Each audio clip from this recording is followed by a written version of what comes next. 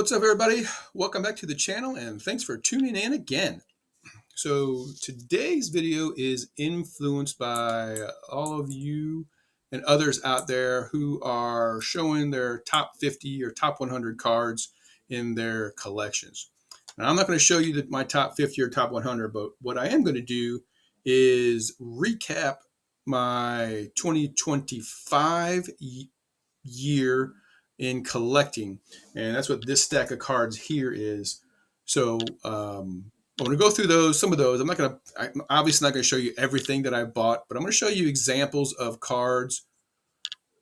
Show you cards that I bought that are examples of my current collecting habits, my new collecting habits that I have developed over the course of the year. So before we get to that, though, I want to point out two places that you need to go, two shout outs. First is BK over at Mac Wax Stacks. He has completed his 2025 Stash Extravaganza. He did a fantastic job on that over the course of the last month, gathering all those cards and input and tallying the votes and coming up with the top 4 cards and the top 4 players for his Mount Stashmore. So I'm sure that if you're watching me, you follow him. But if you haven't gone over to see that video, he just posted it yesterday. Do run over there and do that after you finish watching me, of course. So great job on that, BK. The other place I want to point you to is Doug over at Don't Talk to Robots.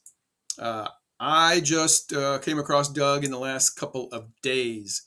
He came up in my YouTube feed, saw what he was doing. He is doing an Advent calendar, and over the course of the month of December, he's on day 3 now, and he's just having a great time doing that. So he's got a lot of activities going on within his 15, 20-minute videos.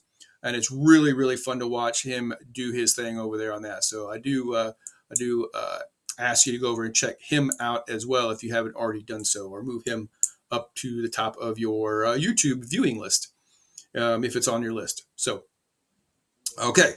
All right. So again, these cards that I'm showing you today are representations of my collecting habits right now. Some of these things are indications of me continuing to collect as I have been in the past, and others are brand new additions, if you will, to my collecting strategies. I've talked about this before. I got out of collecting like most of us did. It sounds like we got out of collecting for a while. I really hadn't collected cards at all for about 25 years. Just restarting in 2024. So I'm really kind of ending up my second year on collecting. So when I got back into collecting, I knew some of the things I still wanted to do with respect to collecting pursuits, but there are other things I wanted to get into as well. Kind of expand that for me, and again, some of these cards show that. So we'll get right to it. The first card is an example of cards that you've seen a number of times on my channel, and that's the 61 Golden Press set. I really, really enjoy this set. It's a set that I have embraced and am very close to finishing this set here. I've shown you a number of cards. I haven't showed you this card yet. This is the Babe Ruth. This is the most expensive card in the set. Not that it's greatly expensive. You can pick this card up for $70, in probably in this good a shape or better. So most of the cards in this set are really, really cheap. You can get them for $10 shipped. So if you're interested in that, this is a good set to collect if you really enjoy this set of Hall of Famers. So 61 Golden Press, pick that up as well as others. So one of the challenges that I had when I got back into collecting was understanding the card market today. Honestly, I was confused when I jumped back into the collecting last year. The market had changed a lot since 2000, the year 2000, and I just wasn't familiar with and wasn't understanding the litany of rainbows and parallels and refractors and all of that kind of stuff. But I'm working hard at understanding those and getting into those. So in order to expand my collection and enjoy more aspects of the baseball card market. And one of the cards I got this year was this 2023 Bowman Best Red Lava Refractor. So this is a fantastic looking card. I picked this card up at a local card show this past year, and it's again obviously representation of the types of cards, of modern era cards that didn't have any in my collection until probably late last year, early this year. But I'm really starting to get into those, and this is just a beautiful, beautiful card that I'm excited to have in my collection. So I picked that one up this year. Along that same line, I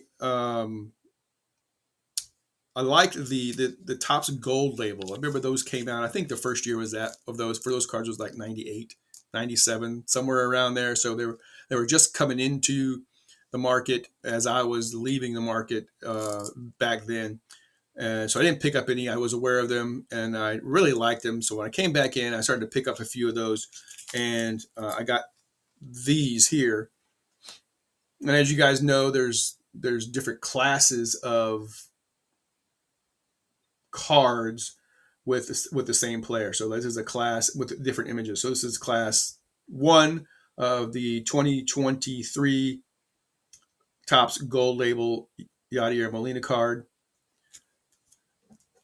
This is class 2 of that same card. So you can see a little bit different image if you're not familiar with that. And there's different colors too. I like the red ones. The red ones go well with obviously the St. Louis Cardinals colors. So I like the red color. And then this is class 1. So I went 3, 2, 1. So this is class 1. So and these are numbered. This is numbered out of 25. The other ones were numbered out of 50 and 75 respectively. So I picked up those. Really enjoyed those. When I get colored cards, I usually like to stick with the red or something that goes well with the Cardinal team colors or the player that I'm collecting. But 98% of the stuff I collect is Cardinal. So. But I didn't shun vintage altogether. So I actually worked to identify cards to add to my collection that expanded my vintage card collection. I really didn't have a whole lot because I really didn't focus on collecting vintage cards when I was collecting earlier. I wasn't going to go out and buy a 65 Koufax or something like that. So I wanted some more vintage cards in my collection. Of course, they had to be Cardinals for the most part, and I picked up this 1960 Topps combo card, Ken Boyer and Mickey Mantle. This is a fantastic example of this card, and of course, it's got big time Cardinal on there, Ken Boyer, and it's a combo card. And a combo card represents an aspect of my collection that I have collected for a very long time. I've got cards like combo cards, all-star cards, highlight cards, and league leader cards, those kind of cards. So this card fits into that particular collection. But again, I wanted more vintage in my collection, so I started to pick up some more of these cards. And I got another example or two in my stack here.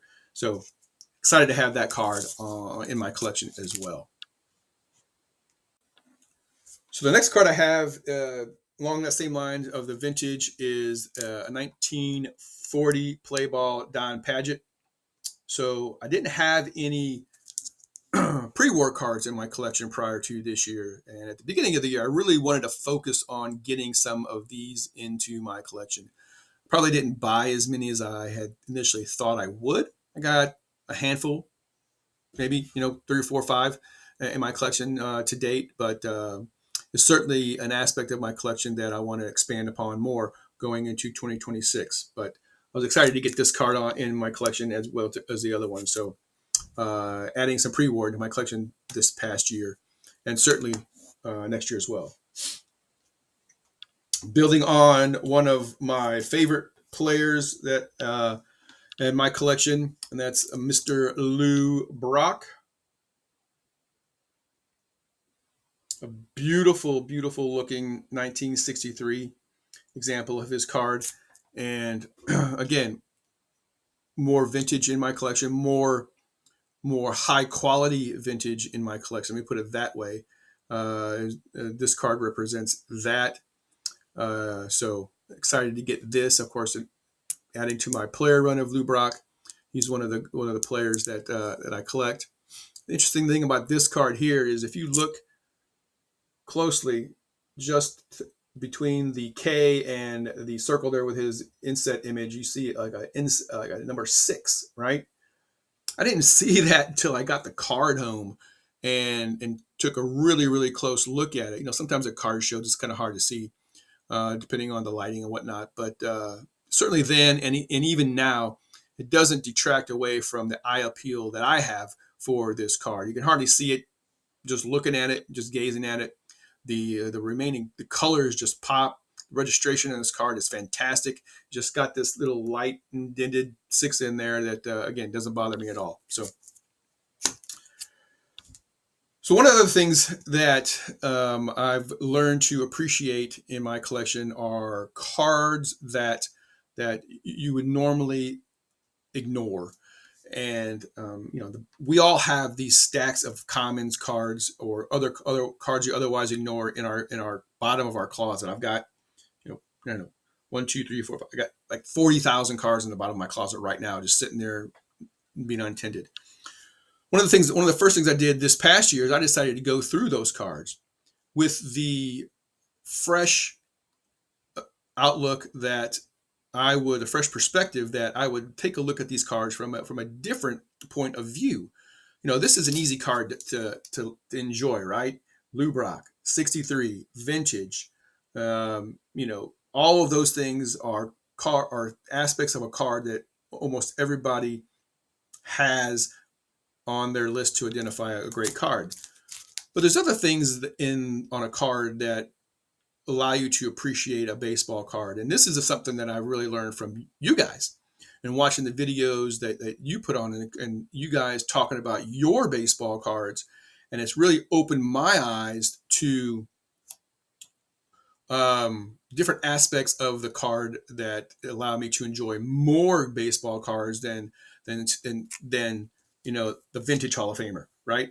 So and this card is a great example of that. And it really, again, just to clarify, my focus on cards was usually like this. Now it's like this, right? So when I look at a baseball card, I look at more aspects of it. Look at the backgrounds, right? Look at the coloring of the card itself relative to the player in the card, right? The border colors and the styles and the images and like I said, the images in the background, the other players on the card, things of that nature. So this card is one of those cards that sat in a box forever. And when I started to go through my ignored cards, I won't call them commons, but ignored cards, I saw this and I was like, this card has to be out of that box. It has to be on display. And because of all the reasons that are obvious to me now and probably obvious to you, great image of Vada Pinson sliding into home plate, Thurman Munson applying the tag face down. It's just a fantastic image of a card. So this is the kind of stuff that I've grown to appreciate this past year. I'm looking forward to identifying more of these types of cards, whether they're in my collections today or just rummaging through a dime box at the local card show or card shop and seeing what I pull out there. Two examples of that are these cards here. So this first card is a 1993 Topps Junior Ortiz. Definitely a common card, right? But when we look at it, though, it's a fantastic photo of Ortiz in the crouch, waiting for the baseball, which is right there, right underneath that kid in the green shirt. So the baseball's coming in. The runner's bearing down on Ortiz. He's about to make the play. This card tells a story. And it's a fantastic card. And so what's even better about this card is this card. Why is this Gary Gaetti card important? But this card here is the next frame from this card. So this player that is bearing down on Junior Ortiz is Gary Gaetti. And you know this is the same one because you see that kid in the green shirt? Well, there he is on this card here as well. So the photographer, snap, snap, right? So I found those this year and I was just super excited to get those. I've got a couple of examples in my collection that I pulled out of those comment boxes that are just like this. And I did a video a long time ago. It was one of my first videos I did on these cards here. So if you want to go back and take a look at that, do so. It's really cool. I was super excited to find those. I was super excited that I could, again, have that different perspective on my collection than just, what I had before. So the next card I have is just one of the greatest cards in my collection for a number of reasons. One, it's got a fantastic image. Two, it reminds me of my childhood. And three, it's of one of the greatest players to ever play the game, and that's the 1975 Topps Hank Aaron card. Just a magnificent card. And the reason why this card, I picked up this card, I had a copy of it. I don't know where it went, but I had a copy of it and it was gone, so I knew I had to have it. So this is about replacing a card that that I loved and it meant a lot to me, and I just don't know where it went, so I had to get another one. So anyway, one of my favorite cards in my collection is this 75 Hank Aaron card. Another favorite card in my collection is this one here. And this one here is graded. I got a couple of graded ones. In fact, the next two are going to be graded, which when I came back into the hobby and when I really started to try to identify my collecting approach and what I wanted to collect, there was a number of different things that I tried. And one was grading. I really didn't have a whole lot of ambition to send cards in to get graded, although I had considered that for a short while. But I thought, well, grading is a big thing. It became a big thing while I was out of the hobby. It's still a big thing. And again, this was 2 years ago. So maybe I'll give that a shot. Maybe that's what I want to do. Maybe that's going to really drive my interest in collecting. Not so much. But that doesn't mean I don't buy graded cards. I still buy a few graded cards every now and then when I can't find cards that have great eye appeal raw. And it can be difficult, as you guys know, to find some of the older vintage cards raw that have great eye appeal. So, but this particular card represents that initial foray into collecting graded cards. And so I bought Mr. Bo Jackson, and again, who doesn't love this card? I don't have to say anything about this card. Who doesn't love this card, right? So I picked this up in the graded condition. I have a couple other copies that are raw, but again, like I said, I was really trying to determine whether or not I wanted to dive deep into buying graded cards. And this was one of the first ones I had picked up in along that line. So that one there. The second one is a card it's graded, but it is an example of a card that I just couldn't find in a good condition raw. And so I picked this up, and this is 1968 Superstars, Killebrew, Mays, and Mantle. I don't have to say anything about this card here. It's in itself, but this card fits into a couple of my collecting streams. One is the combo card. We talked about that already and how I like how that's an aspect of my collection.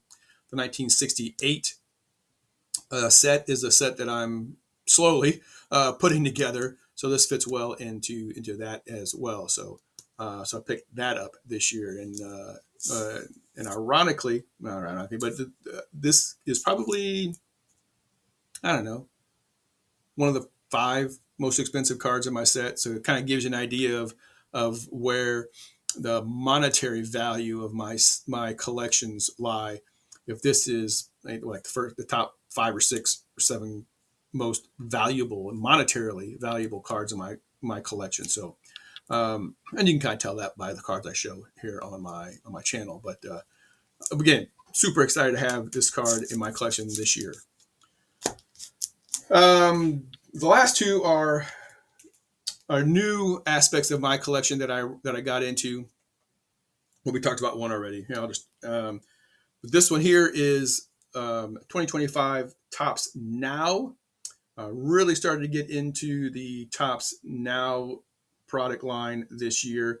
This card happens to be Jimmy Crooks from the Cardinals. He is an up-and-coming, highly touted catching prospect for the Cardinals, who we need.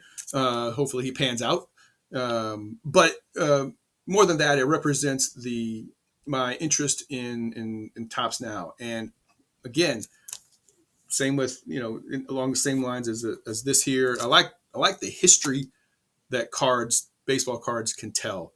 So that's why I like to collect the All-Star cards and the highlight cards and the league leader cards. And these Topps Now fall right into that aspect of my collection. So I really picked up quite a few Topps Now cards over the past year, and I'm looking forward to getting some more of those. The last one I have for you today, and I appreciate you sticking around, is for this long of a video, but is this 1939 to 1946 exhibits Marty Marion. I had no idea these cards existed until I started watching some of your videos on YouTube. No idea at all. But these are wonderful, wonderful looking cards. I don't tell you anything about them. You guys are smart. You guys have seen them. You guys know about them. If not, go over and check out my man Stu, and I'll put a link to his channel down below. He is all over the exhibit cards. He'll be able to tell you anything you want to know about those things. But I love these cards. I've got a couple of them in my collection to date. I'm looking forward to collecting more of these cards. Pre-war-ish. It depends on when these were released during that time period. But just fantastic examples, fantastic photographs of many of the players within that era. So I started adding some of these to my collection this year as well. And so that's what I have for you. So appreciate you sticking around. I hope you guys enjoyed my review from 2025 and some examples of cards that I added to my collection, how I expanded my collection, and I'm super enthusiastic about doing so in 2026. So you guys take care. Peace out and rock on.